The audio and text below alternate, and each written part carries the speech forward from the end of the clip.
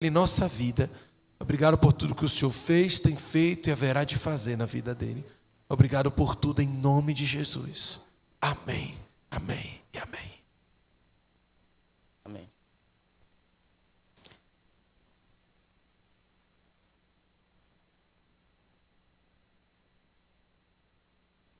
Glória a Deus Pai, Jesus Cristo, seu Filho, e o Espírito Santo que habita em nós.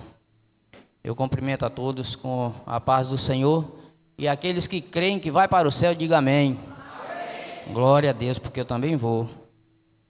Aleluia.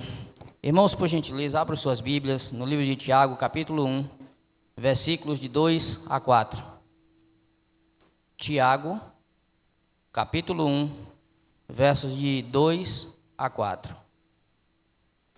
Se puder colocar aí no... Pronto, já está ali. Então, para nós não perdermos tempos, vamos ler a palavra do Senhor. Por favor, irmãos, fiquem de pé, aqueles que podem, em reverência à palavra do Senhor. Eu vou ler por ali porque a minha tradução é diferente.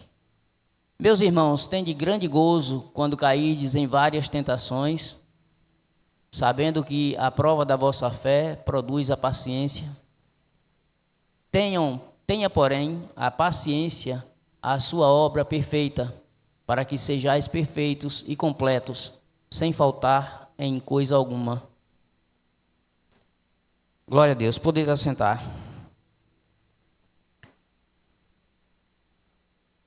No primeiro versículo, irmãos, provações. O que é provação? Dificuldade, situação de aflição ou sofrimento. Algo que põe à prova a nossa moral, a nossa fé e nossas convicções. E no versículo 3 fala de provação, não é aprovação, é provação. E provação é uma dificuldade que testa a fé e serve para o crescimento espiritual. A Bíblia compara a provação da fé com o ouro provado pelo fogo. Está lá em 1 Pedro 1, 6 e 7. A provação pode ter vários propósitos, como impulsionar o amor, ajudar a amadurecer através da perseverança, desafiar a confiar mais em Deus. E o versículo 4 fala de perseverança. Perseverança é a virtude de reconhecer o amor de Deus e ser leal a Ele. É a força que pode transformar uma provação em glória, pois nos permite ver o alvo além da dor. Amém? Para os irmãos que eu creio que quase todo mundo aqui me conhece, mas vou me apresentar formalmente. Meu nome é José Luiz, não vou dar o sobrenome porque eu não gosto dele, né? Mas tudo bem. É de minha mãe, né? Eu tenho que amar. Tenho 54 anos de idade, apesar de ter aparência de 30. Glória a Deus. Amém. 46 anos de convertido. Não entendi o riso, minha irmã. Oh, meu Deus. Vigia, irmã. Tenho 40 anos de batizado. Por favor, Levi, a primeira imagem aí, meu irmão. Coloque uma, depois a outra. Dê um zoom aí na primeira. Olha que menino lindo, irmãos, olha. Tá vendo? Pronto, olha lá a minha data de nascimento, 70, tá vendo? Pode rolar para o lado, irmão Levi, por favor. Pronto, aí, ó. Baixa mais um pouco, irmão, para ver o restante. A imagem, baixa mais, sim, baixa. Data de batismo, 3 de junho de 1984. Amém? Pode acender as luzes, por gentileza. Por que eu guardo isso, irmão? Alguém me pergunta, né? É um documento, irmãos. É porque eu prezo muito pelo que aconteceu na minha vida. Por isso que eu guardo até hoje. Está velhinha, mas está guardada. 26 anos tentando me adaptar a uma cadeira de rodas. Casado há 11 anos com Vânia Maria Fontes. Por favor, minha esposa, fique de pé. Fontes Silva, ela está me corrigindo ali. Mulher, né? Uma mulher virtuosa, pai de Luiz Wesley e mais 3 filhos que Deus me deu também para amá-los. Amém? Em 10 de dezembro, irmão, de 1998, após sair do meu trabalho, eu era gerente de uma loja de Paula, não sei se os irmãos conhecem aqui, tem na Senhor dos Passos, tem na Marechal e tem na Conselheiro Franco. E eu saí ali, tinha fechado a loja, eu era gerente daquela loja, comecei como limpador de banheiro, passei a vendedor, passei a subgerente e cheguei a gerente. Sem pisar em ninguém, só com obediência e dedicação nas minhas funções. Mas tudo isso porque o Senhor estava comigo, porque se não fosse o Senhor, nada teria acontecido. Então eu saí da loja naquele dia e vim para casa. Quando cheguei aqui na Noite Cerqueira, naquela época era muito deserto ali, onde é hoje o Shopping Avenida. E foi quando eu vi alguém, ouvi um estampido. Ouvi alguém primeiro dizer pare e logo em seguida um estampido, um tiro. Eu estava de bicicleta, gostava muito de bicicleta. E automaticamente eu caí. Ao cair, eu vi eu só vi um. Depois é que eu soube que foram 2. Eu vi o cidadão, se é que pode se chamar de cidadão, né? Subi e traí os meus pertences. E após isso tudo, eu pedi a ele que me arrastasse. Eu digo, olha, por favor, me arraste até aquela esquina ali. Dava o que aproximadamente uns 150, no máximo 200 metros. Para os irmãos que conhecem, onde tem a pizzaria hoje Tio Moza, ali era um bar. E quando eu falei isso, eu senti, irmãos, um impacto muito forte na minha cabeça. Esse foi o segundo tiro. Por certo, eu falo eles, né, porque depois foi constatado que foram 2. Por certo, pensaram que eu reconheci e disse, vamos matar ele. E atiraram na minha cabeça. O tiro pegou aqui no meu queixo, levei 4 pontos. E depois disso, tentei me levantar de várias formas, pegava assim na minha calça, suspendia e a perna dobrava e desdobrava. E nisso eu fiquei por alguns minutos, não sei quanto, né? E, irmãos, tentando descobrir alguma sensibilidade para que eu pudesse levantar. Quando vi que não poderia fazer isso, não poderia mais andar, eu digo, Senhor, eu sei que eu não vou mais poder andar. É como, irmãos, um interruptor de uma lâmpada que se desliga. Então, depois desse episódio todo, eu disse, Senhor, tenha misericórdia desse que fez isso comigo. Essas foram as minhas palavras em voz alta. Senhor, tenha misericórdia desse que fez isso comigo. Aí, tenho aprendido muito com o nosso irmão Nelson Navarro. Abro aqui um parêntese. Eu acho muito interessante essa frase. Interessante, irmãos, é que em momento algum eu me desesperei. Senti dor, perdi consciência. Creio firmemente que o anjo do Senhor estava ali comigo. E eu lembrei do que Jesus quando estava pendurado na cruz, por mim e por cada um de vocês, quando disse, Pai, perdoa-lhes porque não sabem o que fazem. Aqueles homens não sabiam com quem eles estavam mexendo. Era com o servo de Deus. Lucas 23, 34. Irmãos, só há 2 maneiras de recebermos o perdão de Deus. A primeira maneira é aceitando a Jesus e confessando-o diante de todos que Ele é nosso único, suficiente Senhor, primeiro vem Senhor, a quem devemos toda a obediência, e Salvador, ou seja, porque temos a consciência de que só Jesus Cristo pode salvar. Mateus 10, 32, 33 diz, portanto, todo aquele que me confessar diante dos outros, também eu confessarei diante de meu Pai que está nos céus. Mas aquele que me negar diante das pessoas, também eu o negarei diante de meu Pai que está nos céus. Irmãos, eu fiz a minha confissão quando eu tinha a idade de 8 anos. Portanto, 46 anos, pela misericórdia de Deus, o meu nome foi escrito no livro da vida com o sangue do Cordeiro. Aleluia. Em Apocalipse 20, 12 e 15 diz assim, vi também os mortos, os grandes e os pequenos que estavam em pé diante do trono. Então foram abertos livros. Aqui não está no singular, está no plural. Ainda outro livro, o livro da vida. O livro, esse está no singular porque só existe um.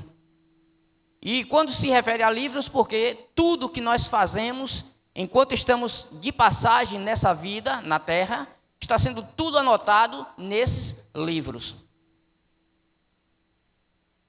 Ainda outro livro, o livro da vida, foi aberto e os mortos foram julgados segundo as suas obras, conforme o que estava escrito nos livros. E se alguém não foi achado inscrito no livro da vida, esse foi lançado no lago de fogo. No capítulo 21, 27 e versículo 27 do mesmo livro de Apocalipse, diz assim: nela não entrará nada que seja impuro. Por isso a Bíblia diz: aquele que for limpo, limpe-se mais, e o que for sujo, suje-se mais. Nem impuro, nem o que pratica abominação, mentira, mas somente os inscritos no livro do Cordeiro. E a segunda maneira é perdoar quem nos ofende, independente de como seja essa ofensa. A Bíblia diz: só perdoa se for isso ou não. É independente do que seja. Nós temos que perdoar.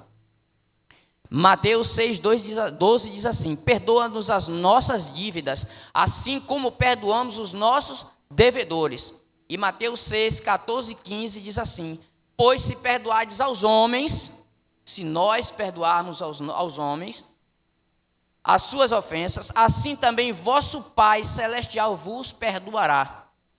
Entretanto, se não perdoardes aos homens, tampouco vosso Pai, Deus, vos perdoará as vossas ofensas. Irmãos, se não perdoar, nossas orações não serão atendidas. Marcos 11, 25. Se você não perdoar, sua adoração e seu culto não será aceito por Deus.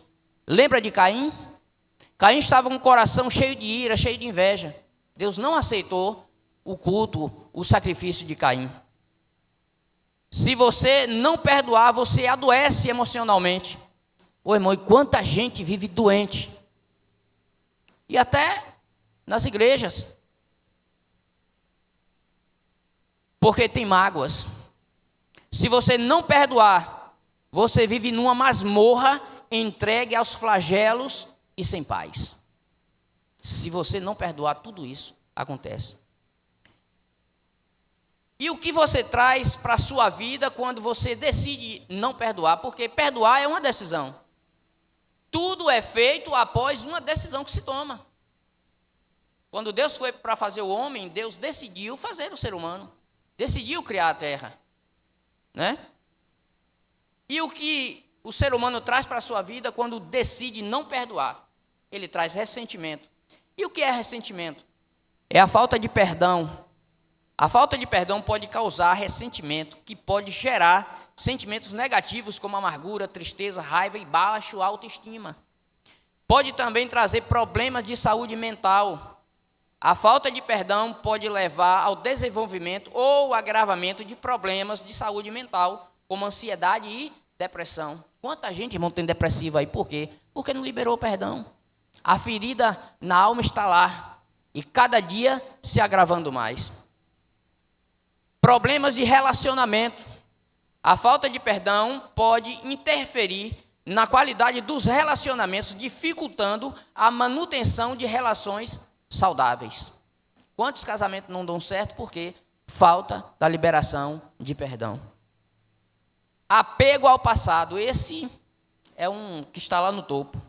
A falta de perdão pode levar ao apego ao passado, com medo de que a mesma situação negativa se repita. Então o inimigo fica ali, todo o tempo bombardeando a mente.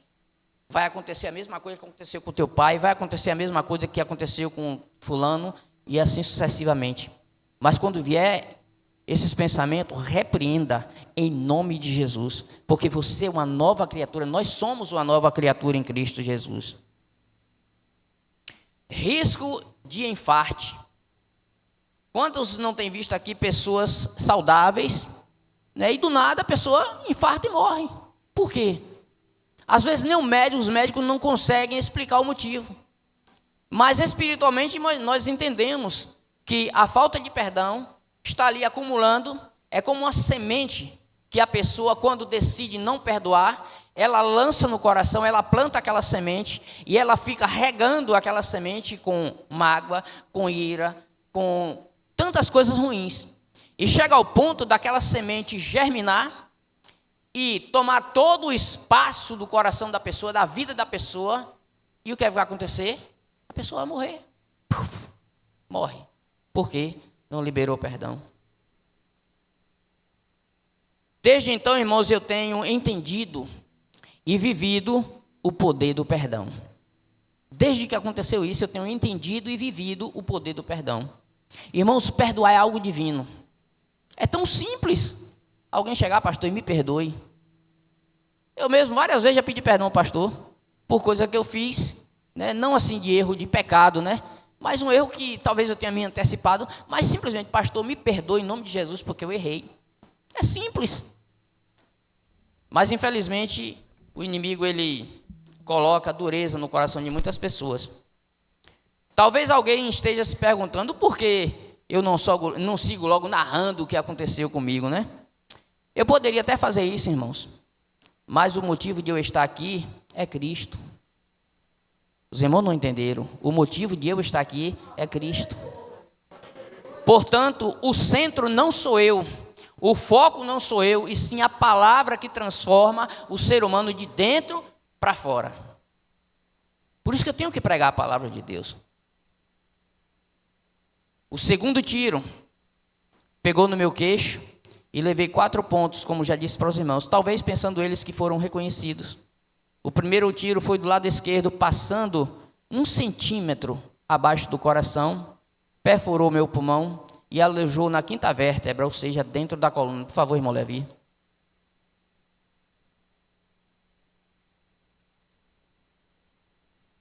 Esse pontinho aí, isso, Levi, esse pontinho aí, é exatamente o projétil que está na minha coluna. Amém. Pode tirar, irmãos, por favor. Obrigado.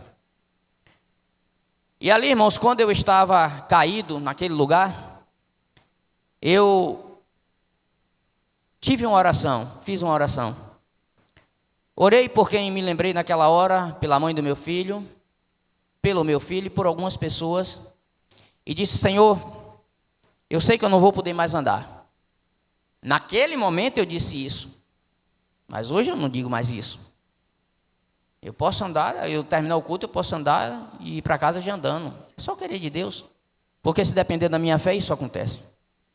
Mas a minha fé depende da vontade de Deus. E eu orei ali e pedi a Deus que cuidasse do meu filho, que estava com 5 anos na época. E eu disse, Senhor, eu não vou poder tomar conta do meu filho, criar o meu filho. Cuida do meu filho por mim. E aí, irmãos, olhando para o céu, eu pedi perdão a Deus pelos meus pecados, porque tinha consciência de que a situação em que eu estava vivendo não estava agradando a Deus. Não vou aqui entrar em detalhe, mas porque não vem ao caso. Mas a minha vida, o meu temor a Deus não se afastou de mim. Mas eu não estava como realmente deveria estar, principalmente congregando. E aí, eu me lembrei, irmãos, naquele momento, do Salmo 23, versículo 4. Ainda que eu ande pelo vale da sombra da morte, não temerei mal algum, porque tu, Senhor, estás comigo. Eu tinha essa certeza, irmãos. Ainda que ande, isso significa dizer que você não está parado no vale. Você está andando, você está passando pelo vale. E você vai chegar ao final do vale. E uma coisa que me chamou a atenção foi: o teu bordão e o teu cajado me consolam. Eu fui pesquisar. O pastor ele precisa de bordão e de cajado. São 2 ferramentas necessárias para o pastor. O bordão afasta os predadores, os inimigos.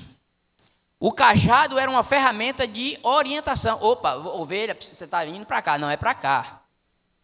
E ela é como um gancho de guarda-chuva.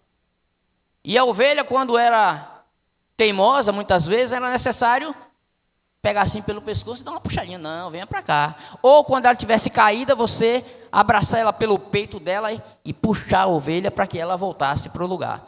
Então, por isso o salmista diz, o teu bordão e o teu cajado me consolam. É um consolo de Deus, irmãos, termos não só o cajado, mas também o bordão.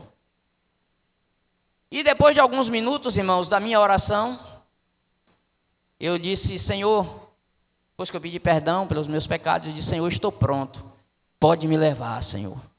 De uma serenidade, irmãos, de alma tranquila. Digo, Senhor, pode me levar. Certo de que eu já estava perdoado dos meus pecados e que o Senhor iria me levar para a glória.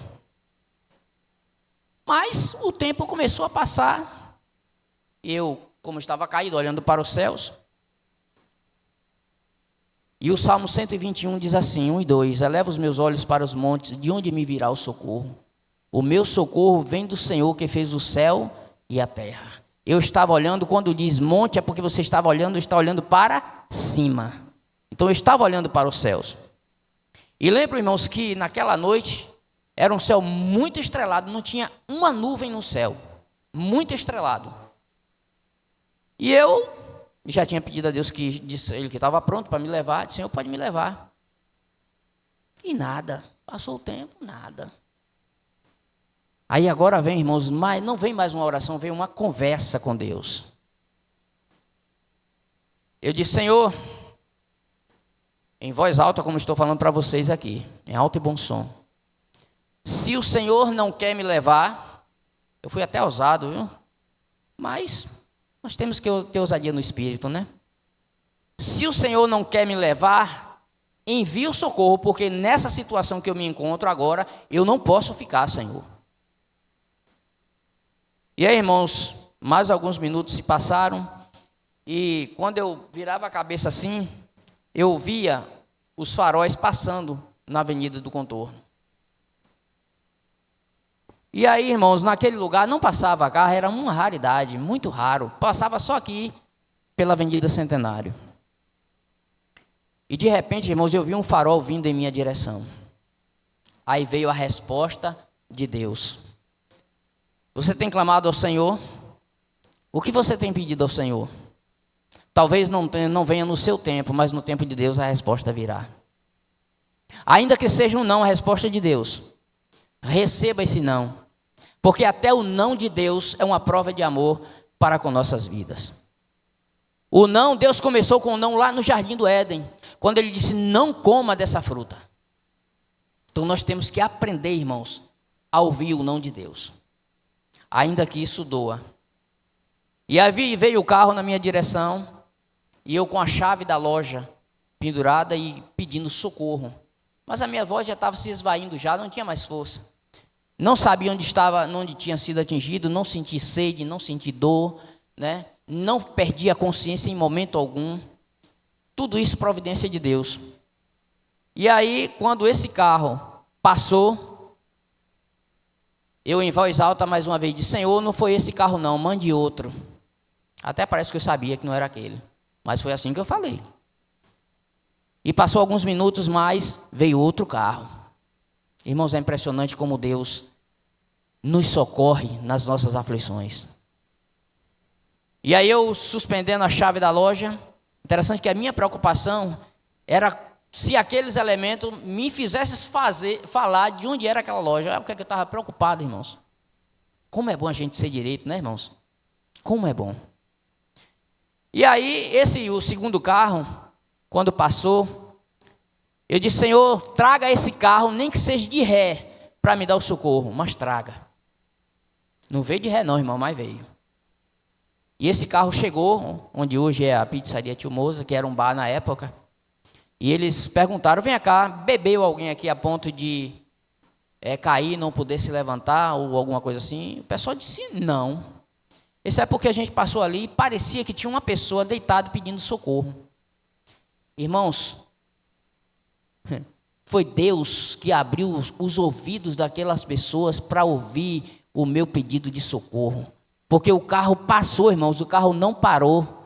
E eu não podia estar gritando porque eu estava definhando, podemos dizer assim. Foi Deus que abriu os ouvidos daquelas pessoas. E aí, chegaram ali e disse, não, mas a gente ouviu 2 estampidos de tiro. Pode ter sido alguma coisa que aconteceu, vamos lá para ver. Voltaram, irmãos. E quando chegaram ali, me pegaram, me colocaram num Passat, né? Um chama Passat, outro Passat, né? Aquele carro mais antigo. Já pedi a Deus que me desse a oportunidade de ver essa pessoa para eu agradecer, mas infelizmente ainda não tive essa honra. E aí me pegaram, me colocaram dentro daquele carro, me levaram para o Clérito Andrade.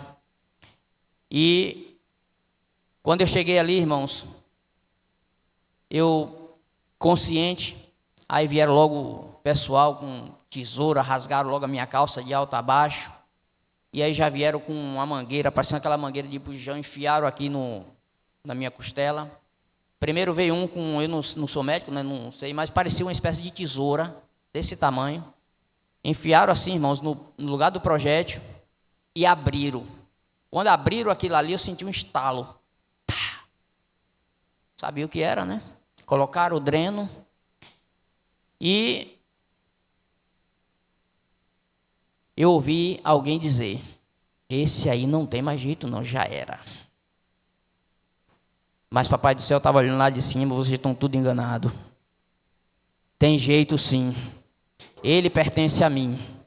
E Ele tem muita coisa para fazer ainda nesse mundo. E eu estou aqui, Senhor, para a honra e glória do Teu nome, Senhor. E estarei até aqui, até onde o Senhor me permitir. É para Ti, Senhor. É para Ti, Senhor. Irmãos, a resposta de Deus foi o carro. E eu me lembro do que Jeremias diz. 33:3. Invoca-me e te responderei. E te revelarei conhecimentos grandiosos e inacessíveis. Ou coisas grandes e firmes que você não sabe. E ali, irmãos, estava começando uma nova história na minha vida.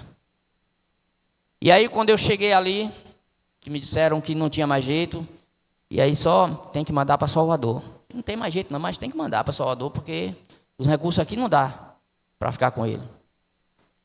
E aí eu fiquei ali naquela maca, esperando ali a ambulância. E quando foi por volta de umas 10h30, 10h40, 11 horas, a ambulância chegou, me colocaram dentro daquela ambulância. Irmãos, parecia que aquela ambulância estava flutuando na 324. Ficava uma coisa daquela. E eu dei entrada no HGE, Hospital Geral do Estado, por volta de meia-noite. Já, né, findando o ano. É tanto que é uma data que eu não gosto muito. Eu lembro do que Jó disse, se eu pudesse eu riscava essa data do calendário, mas eu não posso. Mas eu vou estar sempre lembrando do favor de Deus para com a minha vida. Abrindo mais um parênteses, irmãos. Eu não sei da necessidade de cada um de vocês. E eu passei 3 meses e 15 dias de hospital. Passei 2 meses ali no HGE, onde eu fiquei ali jogado por aproximadamente 13 dias numa maca, nu como vinha ao mundo, sem nada, só com um lençol parecendo uma folha de papel ofício em cima de mim, um ar-condicionado gelado. E ali, irmãos, eu pude ver o desprezo pelo ser humano. E eu fiquei ali, nu como nasci.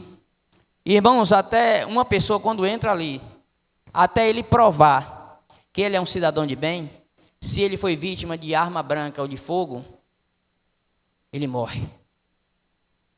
Ali, irmãos, eu posso dizer para vocês que ali, aquele lugar é literalmente um inferno. Para as pessoas que entra ali vítima de arma de fogo ou arma branca. E ali eu fiquei jogado ali, o que aconteceu comigo? Úlcera de pressão, ou seja, uma escara, uma ferida, foi aberta nas minhas nádegas, no cóccix.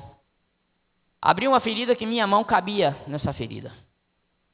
O último ossinho da coluna, não sou fisioterapeuta, quem é fisioterapeuta aqui é a irmã Luísa, né? Ela sabe qual é o o nome desse último ossinho da coluna, ele ficou visível. Por quê? Porque não me moviam de um lado para outro, não me trocavam de posição. Então o que aconteceu? Pressionou ali, o sangue não circulava naquela região e abriu uma ferida. E aí, depois que eu saí do HGE, aliás, enquanto estava ali, uma bela manhã, depois de uns 13 a 14 dias, apareceu um médico ali, enviado por Deus. De manhã só tinha uma enfermeira que cuidava de mim. Só chegava lá, trocava o soro, me dava o alimento, fazia minhas higiene e pronto. E aí, um belo dia de manhã, uma segunda-feira, lembro como hoje, chegou o doutor Jaime lá, outro também que eu gostaria que Deus me dê a oportunidade de vê-lo e agradecê-lo. Ele olhou para mim e disse assim: quem é que está cuidando desse paciente? Assim mesmo, irmãos. Aí a enfermeira disse: doutor, não tem ninguém, médico nenhum responsável por ele. E ele olhou para mim, olhou para ela e disse assim: coloque ele na minha agenda, que a partir de hoje quem vai cuidar dele sou eu. A providência começou a chegar. A providência de Deus. E aí, irmãos, daquele dia em diante, aquele homem começou realmente a cuidar de mim. E ele disse: olha, Luiz, você não vai ser possível você fazer uma cirurgia agora, porque você já tem 13 dias com o dreno, e o dreno ele é para ser tirado a cada 4 dias no máximo, tem que se trocar o dreno. E isso não aconteceu, irmãos, por falha humana. E aí, eu fiquei ali, e naquela época aconteceu, irmãos, uma tragédia muito grande. Não sei se os irmãos lembram do que aconteceu em Santo Antônio de Jesus, quando houve uma explosão de fogos e centenas de pessoas morreram naquela época. E no justo dia que eu ia fazer minha cirurgia para abrir meu pulmão, e eu tinha um medo terrível, eu digo: doutor, mas não vai abrir aqui não, né? Ele disse: não se preocupe, a gente vai fazer uma cirurgia, porque seu pulmão, na linguagem médica, colabou, ou seja, fechou. Irmãos, imagine você deitado e com um saco de cimento no seu peito e você respirando. Essa era a sensação que eu sentia. Porque meu pulmão ele fechou. Então tinha que abrir o meu pulmão, tirar todo o sangue, como diz a nossa linguagem, pisado, né? Coagulado, para poder meu pulmão voltar a 100%. E aí, fiz a cirurgia, chegou o dia de fazer a cirurgia, fiz a cirurgia. E aí, tive a minha recuperação, fui para casa. Como tinha que tratar dessa escara, o hospital, o HGE, não trata de feridas assim desse tipo. Me encaminharam para onde? Para o Carvalho Luz, ali em Nazaré, onde passei mais 1 mês e 15 dias. E aí, eu fui, fiz o tratamento, voltei para a Feira de Santana. E nesse intervir de ir e voltar, aí entra mais uma vez o que eu costumo dizer sempre, irmãos: Deus cuida de nós nos mínimos detalhes. Quando aconteceu isso comigo, eu estava usando um botijão. Fui para Salvador, minha cunhada cuidando de mim, voltei para casa e o botijão está lá, pastor. Mas aí um dia eu deitado lá na minha cama, olhando para o telhado, e digo: Senhor, esse botijão já era para ter acabado. E qualquer hora ele vai acabar. E o Senhor sabe que eu ainda não recebi recurso nenhum. Estava ainda nos trâmites legais da entrada na aposentadoria, para encostar primeiro, depois da aposentadoria, etc. Eu não tenho, Senhor, recurso nenhum. Mas o Senhor é o Deus que provê. O Senhor é o Jeová Jirê. E aí, depois que eu orei, passou alguns minutos, eu recebi uma ligação.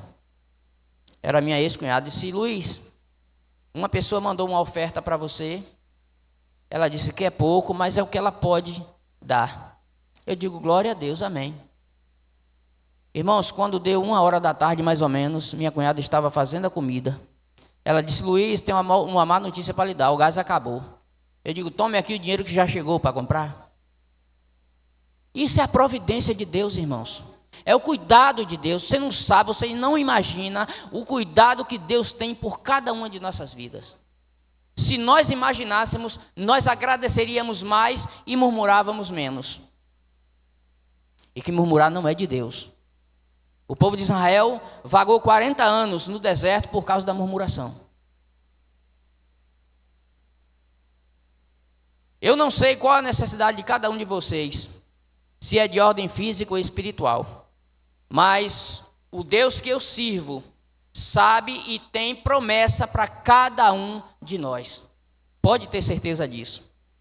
Filipenses 4,19 diz assim: e o meu Deus, segundo a sua riqueza em glória, há de suprir em Cristo Jesus tudo aquilo que vocês precisam. É tudo, não é algumas coisas, não, é tudo que você precisa.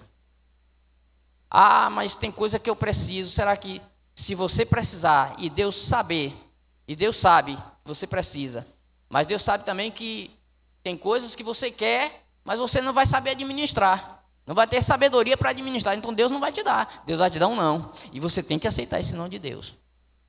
Aleluia.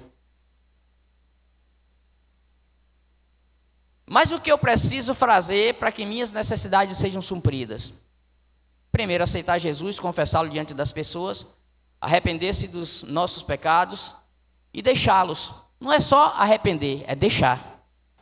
Liberar perdão, se tornar uma nova criatura, abandonando tudo aquilo que é pecado.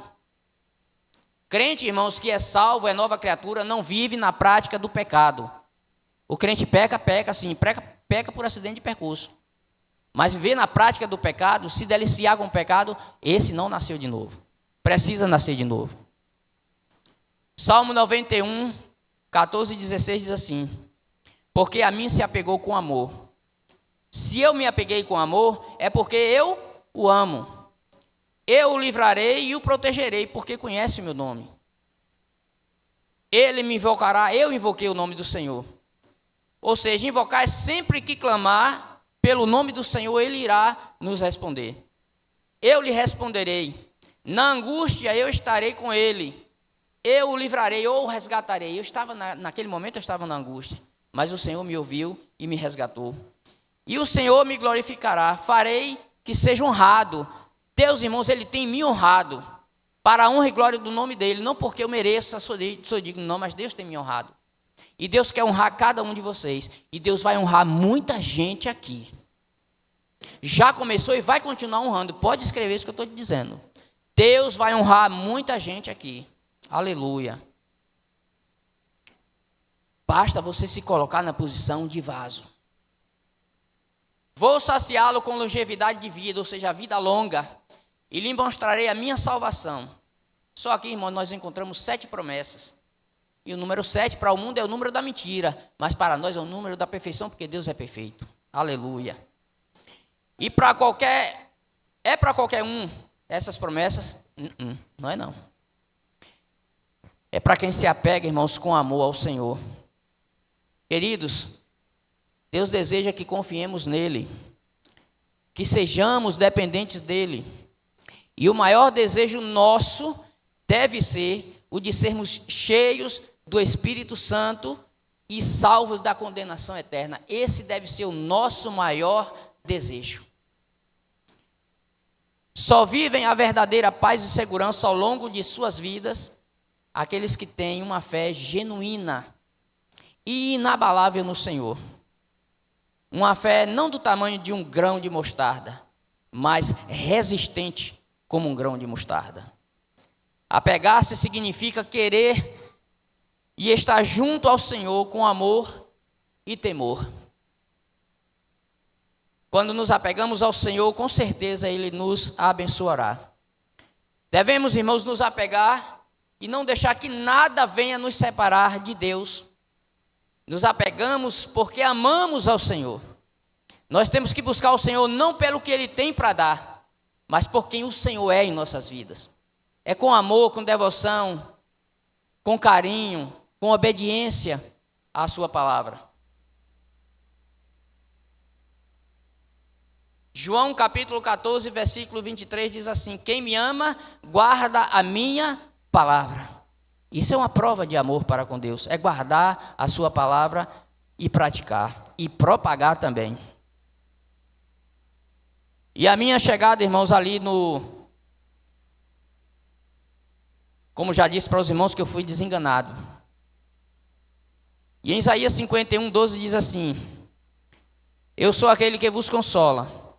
Quem, pois, és tu para que temas o homem que é mortal, ou o filho do homem que se tornará em erva? Eu estava ali desconsolado, irmãos. Depois de algum tempo foi que foram começar a chegar pessoas para me visitar. Teve pessoas que eu estava tão debilitado ali que pessoas dizem assim: você lembra de mim que eu estive lá? Eu disse: não lembro, porque eu estava dopado de remédio, né? Não lembrava. Eu estava sem consolo, mas o Espírito Santo estava em mim me consolando em todo o tempo. Dias difíceis, irmãos, eu passei ali. Falta de atenção humana. E olha o que diz em 2 Reis, capítulo 4, versículo 26. Agora, pois, corre-lhe ao encontro e diz-lhe: vai tudo bem contigo, vai bem com teu marido e vai bem com teu filho. E ela disse: vai bem. Em momento algum, irmãos, quando chegava ali, quando eu já estava na enfermaria: como é que está, Luiz? Eu estou bem, graças a Deus. Eu estava mentindo? Não, irmãos, porque eu tinha certeza e tenho certeza de que quem estava cuidando de mim, ele é fiel e verdadeiro, para quando começar uma obra e terminar. Então eu estava bem, porque eu sabia que o Senhor estava provendo todas as coisas. E não foi diferente com aquela mulher. Ela sabia qual era o Deus do profeta, quem era o Deus e o que o Deus do profeta podia fazer. Por isso, quando ela saiu desesperada, o filho dela estava morto. Mas chegou para ela: vai tudo bem contigo, mulher? Vai tudo bem, sim. Ela sabia que o Deus do profeta podia fazer o impossível. Não se deixe abater por nada que está acontecendo na sua vida. Não se deixe abater. Não baixe a sua cabeça. Porque é exatamente isso que o inimigo quer. É você ver você assim de cabisbaixo. Erga a sua cabeça, olhe para o céu, porque é de lá que vem o nosso socorro. Quando nós levantamos nossa cabeça, o inimigo tem que se curvar, porque sabe que ali há um homem ou uma mulher de Deus, de oração, de jejum, de temência a Deus. Aleluia. Salmo 46 diz assim: Deus é o nosso refúgio e fortaleza, socorro bem presente nas tribulações ou nas angústias. Talvez você esteja se perguntando: por que Deus não me livrou dessa situação, né? Muitos perguntam. E uma enfermeira, ela emprestou a boca dela ao Lapeta. E ela disse: ah, você não é crente? Por que aconteceu isso comigo, com você? Irmãos, Deus encheu os meus lábios naquela hora e eu disse: você conhece a palavra de Deus? Você conhece a história dos profetas? Como foi que João Batista morreu? Como foi que Estevão morreu? Como foi que Paulo morreu? Sou eu melhor que eles? Não. Não seria digno nem de pisar o tapete, o chão que aqueles homens pisaram. O que sucede ao justo, sucede ao ímpio. A chuva que cai para o justo, cai para o ímpio. O sol que brilha para o ímpio, brilha para o justo. O oxigênio que Deus dá para o ímpio, dá para o justo. Então, quem sou eu para reclamar de alguma coisa? Aí Deus me lembrou dos 3 jovens tementes a Deus. E Deus, irmãos, não livrou Sadraque, Mesaque e Abidnego da fornalha. Ele livrou ele dentro da fornalha. Deus não livrou, irmãos, de Jonas ser lançado ao mar e ser tragado pelo grande peixe. Ele livrou Jonas dentro do peixe. Deus permite que passemos situações para mostrar o seu poder, forjar em nós um caráter de Cristo e nos tornar mais fortes. Isso é um dos objetivos, irmãos, de Deus permitir que certas situações aconteçam em nossas vidas. Às vezes costumo dizer que Deus permitiu essa situação em mim, irmãos, para me tratar em alguma área, ou quem sabe em algumas áreas, né? Ou tratar outras pessoas através de mim. Eu sou vaso, Deus é oleiro, Ele trabalha com vaso como Ele quer. Se já passou pela fornalha, já secou o barro, ele pode jogar água de novo, amolecer o barro, triturar o barro, fazer todo o processo de novo e fazer um novo vaso. Ele é o oleiro. O poder é dele, ele é o próprio poder.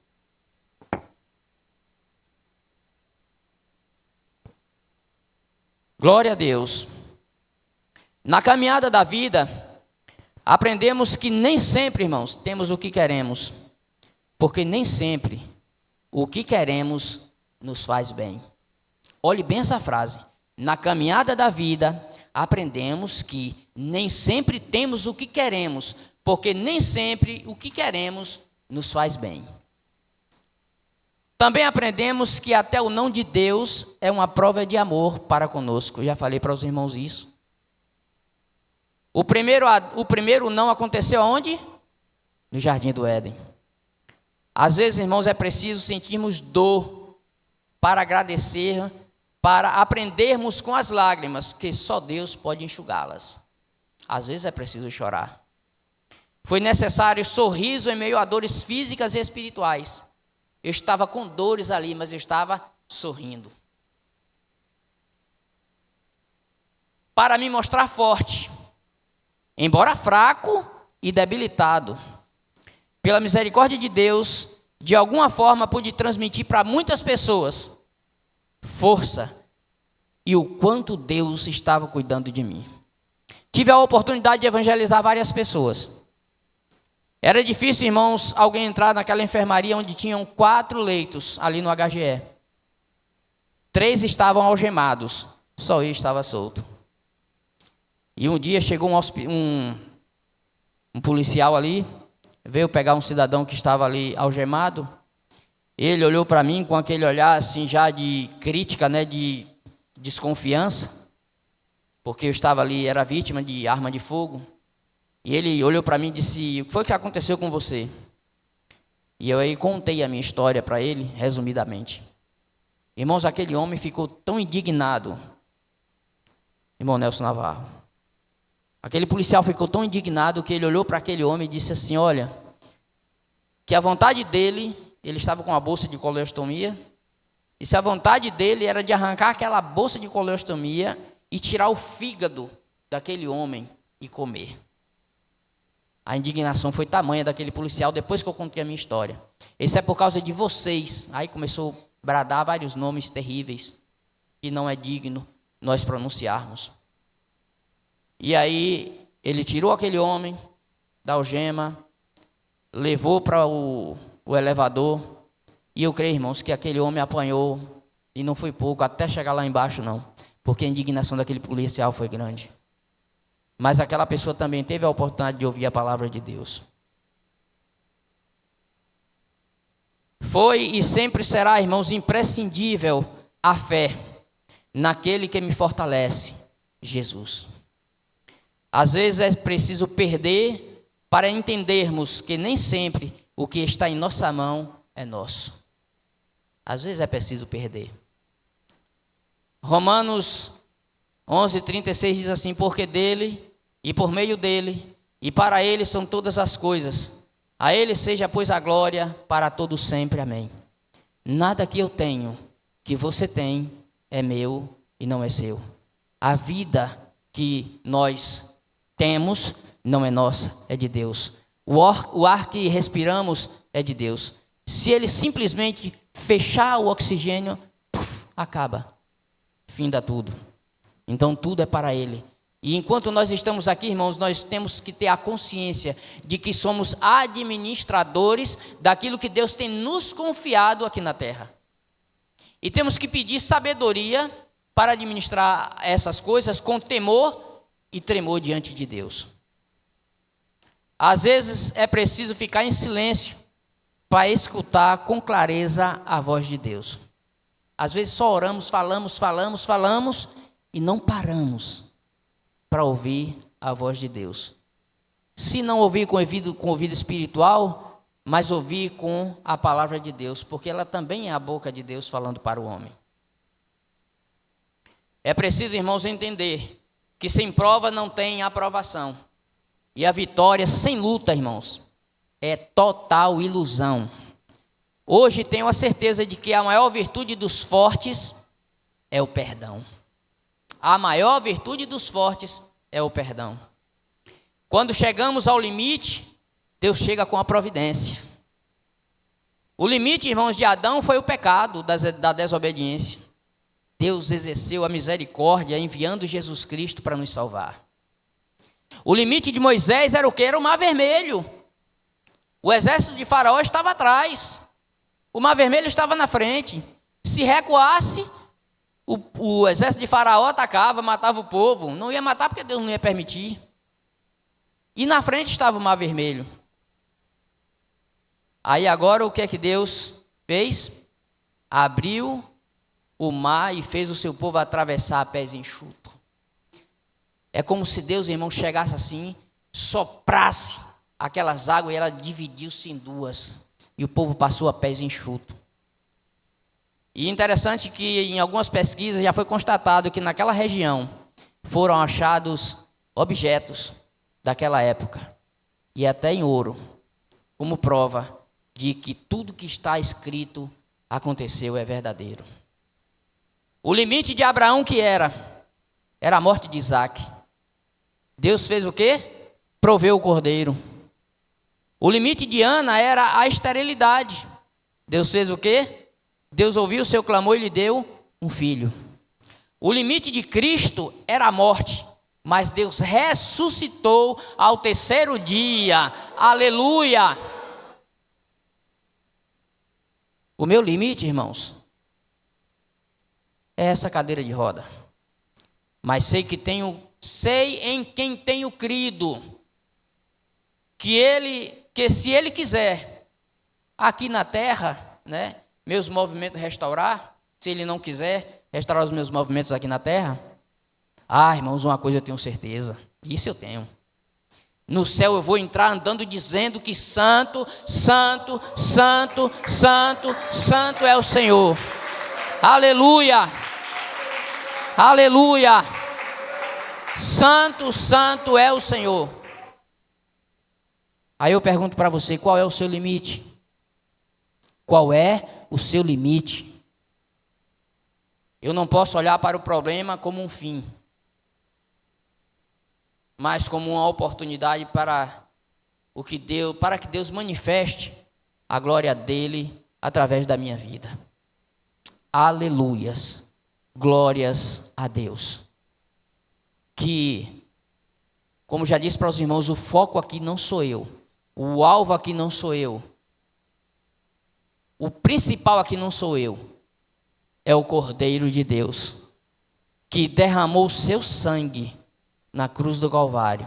A sua carne, que é representada pelo pão, foi rasgada pelo aquele chicote, que em cada ponta do chicote tinha um osso, e quando batia, rasgava as suas carnes. Foi transpassado com a lança do seu lado, suportou uma coroa de espinho, com espinho de aproximadamente 8 a 10 centímetros, perfurando a sua cabeça. Tudo isso por minha causa e por você. Mas eu digo para você, valeu a pena tudo que ele fez. E vale a pena tudo que eu fiz até hoje, me rendendo aos pés dele, para agradecer em forma de agradecimento pelo que ele fez por mim. E se tem alguém nessa noite aqui que ainda não fez uma aliança com Cristo, talvez está vindo para a igreja, cantando, louvando, mas ainda não confessou ao Senhor diante dos homens, que você faça isso hoje. Deus te dá uma oportunidade hoje. Não vou fazer o apelo, vou deixar por conta do meu pastor, para que ele faça o apelo.